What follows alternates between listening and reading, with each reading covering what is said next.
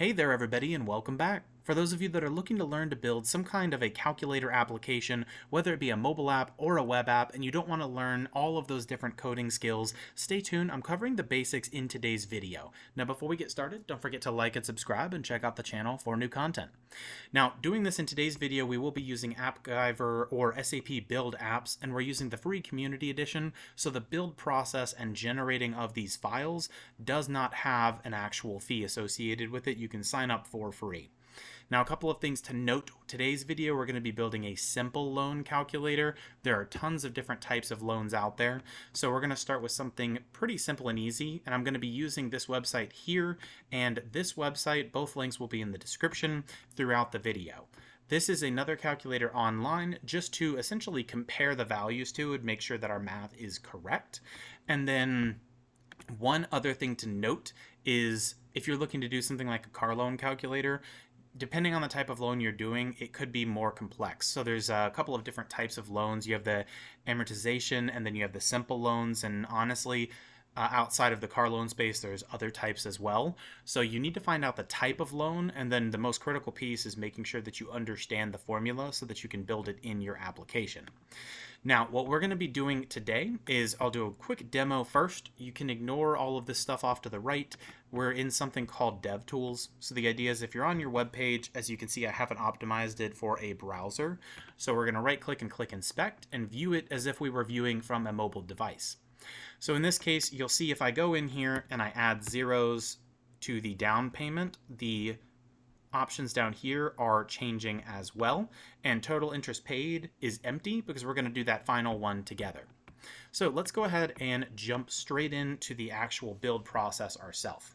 So first thing we need to do is build out our UI, and then we need to understand our formula, implement the formula, and then finally test the app. So what we're going to go ahead and do is we will go ahead and get this set up to run all of these numbers and figures. So the first thing we need before the UI is usually to set up to the variables to just reduce confusion. I'm using app variables here. So before you build out the UI, you can add in the app variables that you need. In this case, I'm going to use cost, down payment, fees, length of loan, and percent, and I'm setting all of these to number. So when you add the variable here, you can type in the name in the top right and then choose the variable type here. And then we will go ahead and build out our UI. So the first thing that I did on the page layout to get this background image, I went to the page layout, and instead of adding a background color or something here, you can go to the layout and you'll see you have a couple of different options, and you also have this background color option here. So what I'm going to do is I'm going to change the padding. So in your page layout, I've set the padding to zeros on all sides. And then I dropped a container in this page. Now this single container, all it has is a background image that's a URL. So you can drop your container over. And then I'm using this one here. So this is over at Unsplash. You'll see it's a picture from Andrew Neil. I just like to give credit to the artist when I can. So you can find your own images, make sure you have the rights and everything to actually access and use those for whatever purpose. So what we're going to do is if you want to add it in from the website, you can actually just paste in the URL here, or you can upload yourself if you're interested using this option. That way you don't lose the image if that link is broken. Now, once you've added in the image, you can go over to the style and style the container if you want, but the most critical part is making sure that it actually displays correctly, because yours probably won't be full screen. So to do this, you go to Layout, go to Custom, under Width, you can click on the Formula tab and click here. And if you want to see how we can get this viewport width, you can just type in viewport, and you'll see you'll usually have a couple of options, and you'll just find the one that says width and double click it. In that case, you can just click Save. And then we're going to do the exact same thing for height. So you'll type in viewport and find the one that's height and double click it. And then you can save your changes, and at this point you should see that your image is going full screen. If you want the padding on the page layout, you can. I don't like it because it gives these borders that we don't need. But let's keep going. All right, so now that we have our container, Let's build out the UI first. So we're going to go relatively quickly because we just want to get these components here. So if you're new to Appgyver, you can check out my channel. I have tons of other tutorials, but I'm going to assume that you have watched at least some of those and understand this drag and drop interface. So all we're using today is going to be text, title, container, and then we're going to be using the input field and a list divider. So what we have first, you'll see we have an empty container and then a couple of other options. So as you're going through, you can drag a container over first, and you'll see this is up top with nothing in it, just to add some spacing. Then we have a second container, and inside of it we have a title. So you can drag over a container and then add the title. Now if you want to make the container look like this, you can click on the container, and you'll see we have no settings here. Over in this side, we'll discard the changes and make this container together. So you can click on Primary Card, click Edit, scroll down, so if you want to change the background color, you can. For example, if you wanted it to be a little bit gray. And then as you're scrolling through, you can change the opacity. I like 0.8, and then you'll see it gives it this effect right here. And then the text on the inside, I haven't changed the type or style. All I've done is gone to Layout and used the center text align. And I've just added in loan calculator. Then we have another container that, as you can see, is completely empty, just as a spacer. And then I've dragged over the row component. Now in the row component, you have the option under Layout to choose how many cells. So I just clicked Add once, so there are now 3. And then I added in an input field into each cell. Beneath that, I have an input field, another input field, a list divider, and then lastly, I have this container here with 4 options. They are all titles. The container itself, you'll see we have a similar style to the one above it, so you can go in and edit your primary card and then change the background color and all of that stuff and change your opacity, but I've dropped in 4 titles that hold the formulas. So once you've done this, you can go ahead and click Save, and your UI is done. So we are halfway there. Next up, what we're going to do is start assigning out the variables. So go to your first input field, and we'll label it down payment, or whatever you want yours to be.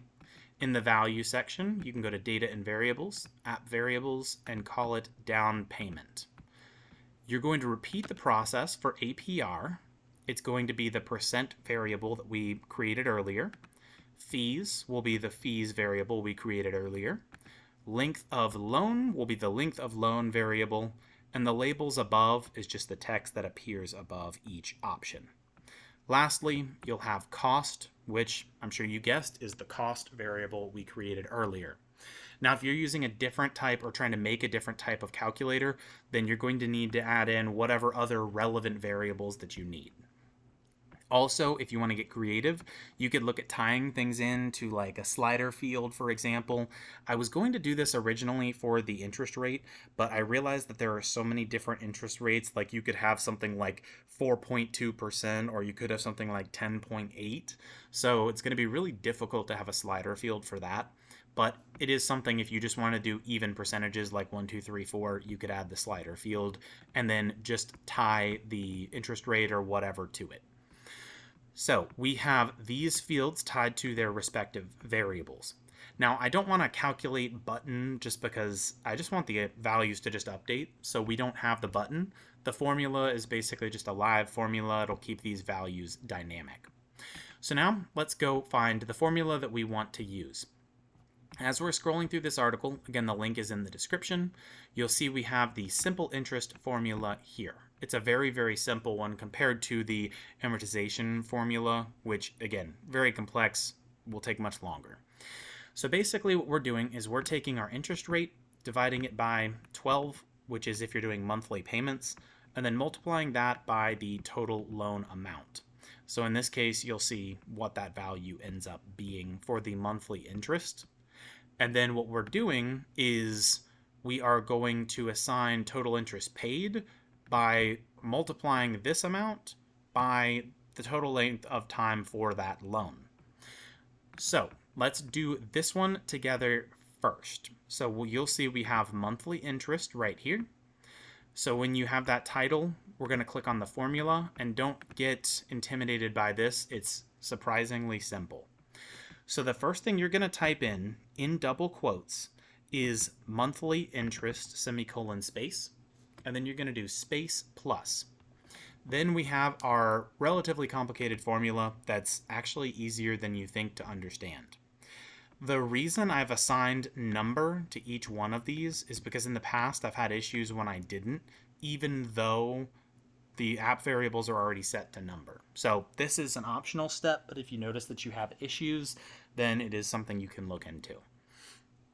So in this case, I'm going to walk through the formula really quickly, just showing each part and how they work together. So at any point in Appgyver, if you have a formula that you want to check, for example, if you want to see what is covered by this function here, when you select it, it'll highlight up to the closing parenthesis for that. The unfortunate thing is if you're using something like this multiply symbol here, then you're not going to get that same effect. So the advantage to doing it by typing it out is this. If I were to type in multiply and then in parentheses and swap out, and I'll explain this in a moment, so that I'm saying multiply the first half by the second half, now when I click multiply, you'll see it highlights everything. Whereas before, the way that it was working is it was basically saying the first half times the second half. And because you're using this, it doesn't highlight everything when you click it. So that may be one option if it helps. So now let's break down this formula together. So we know that we need our interest rate divided by 12 times our loan amount. In this case, we have offered users the ability to type in fees and down payments and the total loan. So we need to take that into account. So we have two halves to this equation. The first half here, which is converting to a number the app variable for percent that they typed in divided by 100. So that's in quotes. And then in quotes outside of that, you'll see we have even more. So on this side, we've converted 12 to a number, which shouldn't be necessary, but I just do it to make sure that it's one less thing I have to worry about.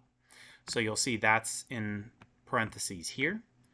And then encompassing all of this, you'll see that we have basically the 2, with this one being the denominator, this being the numerator. So when we have this equation here, sometimes if it helps when you start highlighting, you can think, okay, open, open, close, close. So you'll see that we have 2 opening, 2 closing, so we know that this is one in its own like separate formula. And then you'll see we are going to follow that again, and we have up to here. So the idea is we are taking our percent and dividing it by 100, and then dividing that by 12. That gives us this first part over here. Then what we're going to do is multiply that by our total cost, or our total loan. Now this is a separate formula because we have to update everything. So typically when you have a loan, you're going to have a down payment and you're going to have any fees associated with it. So you want to add the fees to the cost of the loan, but you want to subtract the down payment from the cost of the loan. So what I've done here is I have number, Appgyver's cost, Appgyver's fees, and Appgyver's down payment. From my other videos, you'll know that if you ever want to get an app variable, you can just click here and double click the app variable you want, and it'll put in the text there, just like that.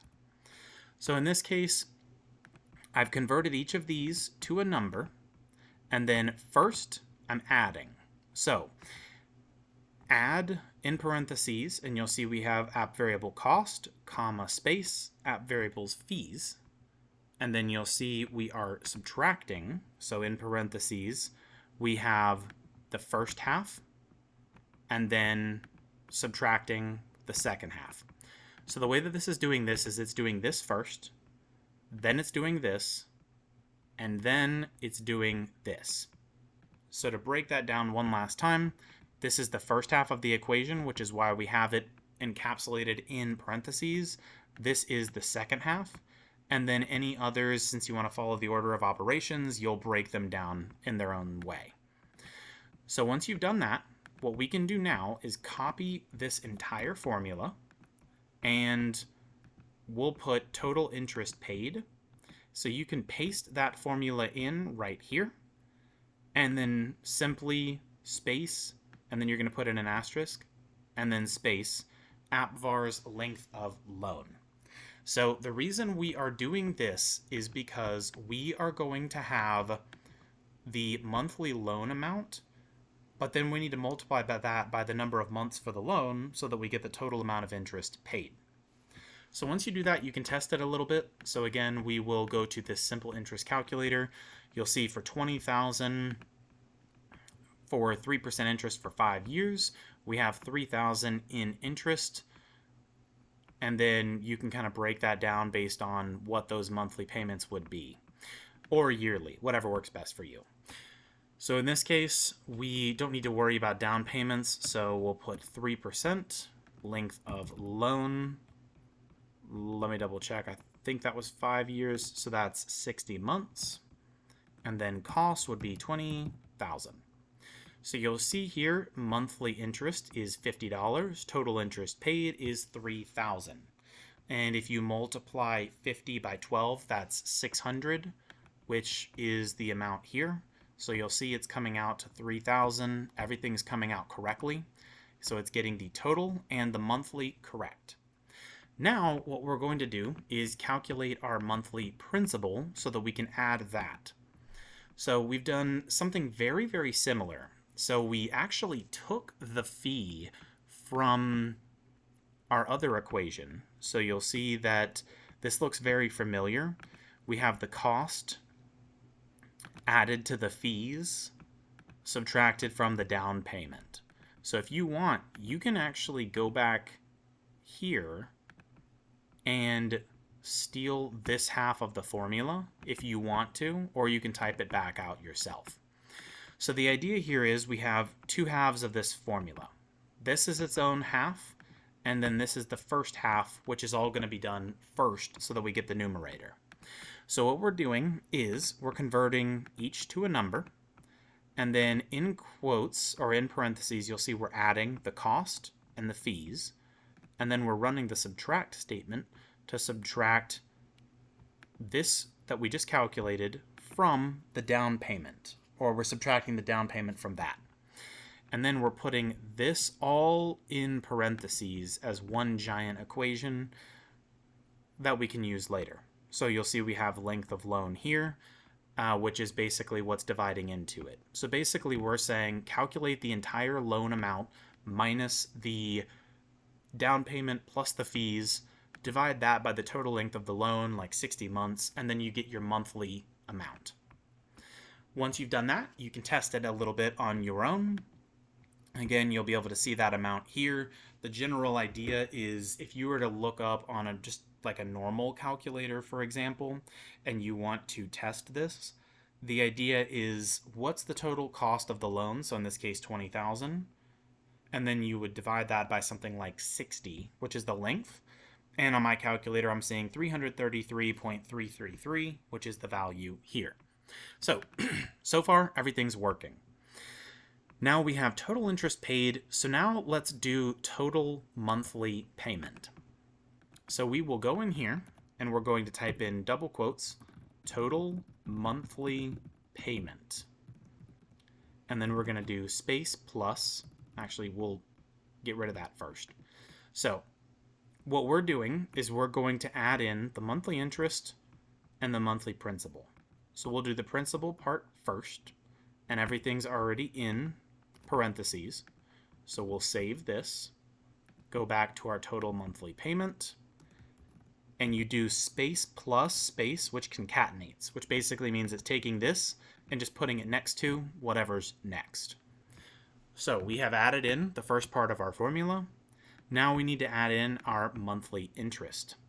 So now we are going to do this, and you would want to make sure that when you've typed this up that this entire equation is in its own set of parentheses, just so the order of operations is working as expected. So we're going to add this in, and then you'll see that let's just go ahead and test it and see how everything works. Essentially what you should be seeing is this number plus this number in this field. So we will continue the process. So we're not going to have a down payment. We'll just do APR. We'll do 3%, length of loan 60, cost we'll say it is 20, and you'll see same as before. So we have the 333, and then you'll see monthly interest, total interest paid, but this figure is not correct, and I'm glad it's showing it like this because it's showing how Appgyver sometimes can treat this. So you may look at this and have no idea where this number comes from, but if you look really closely, we have the amount right here, and then 50. So technically the formula is correct, but it's concatenating instead of adding. So it's just putting this number directly in front of this number. So to resolve this, we will go back to our formula. You have a couple of choices, but when we're doing this plus sign here, you can typically, if I'm not mistaken, we could change it to add so that it treats it like a formula instead of concatenating, and then put it in parentheses. I'll need to see, I guess we can see if this works here. So we'll type in 60, cost, and then APR. So here we could put in 3%. Now it looks like it's working correctly. And we can compare over here. So you can typically look through and see what those rates look like. So the principal, again, you can do additional calculations if you're interested, but the idea is we have our monthly principal, which is pretty simple, our monthly interest, total interest paid, and then total monthly payment. That's all that there is to it. So everything appears to be working as expected. If we were to change this loan to 72 months, you'll see things change just a bit. Now, you may notice that the monthly interest isn't changing, and that's because it's the total amount paid that's going to change in most cases. The reason for this is because basically of how it's been calculated. So if we were to increase this figure here, then you'll see the monthly interest changes, as does the total interest paid. So that just kind of goes into the formula. So at this point, everything's working as expected. You'll see that we have a fully functional calculator. Now, the last thing that I want to cover is rounding these figures if you're interested. So if you ever want to round anything, you can simply type in round outside of the entire formula, and then comma, and then you'll put in the number that you want to round to, and we'll show what this looks like really quickly. So in this case, we're going to see this monthly principal. So let's go in our down payment. We'll type in 100 in fees. We'll type in 100. We'll type in 3%, 60-month loan, and we'll go with the same 20,000. Now you'll see here that it's now rounding to the second place. So everything seems to be working. And then you can round the rest of them if you want. So we can just round this total monthly payment by simply typing round, putting comma space 2, parentheses, save, and then what we will do just to give it that final, just kind of overall look, let's try running it in our browser dev tools. So we'll see down payment is 100, APR is 3, fees are 100, 72-month loan, that is 20,000, and you'll see we have everything calculated here for us. So I hope that was helpful. If you have any questions, drop them in the comment box below. Don't forget to check out codelessfix.com for more, and I'll see you all in the next video.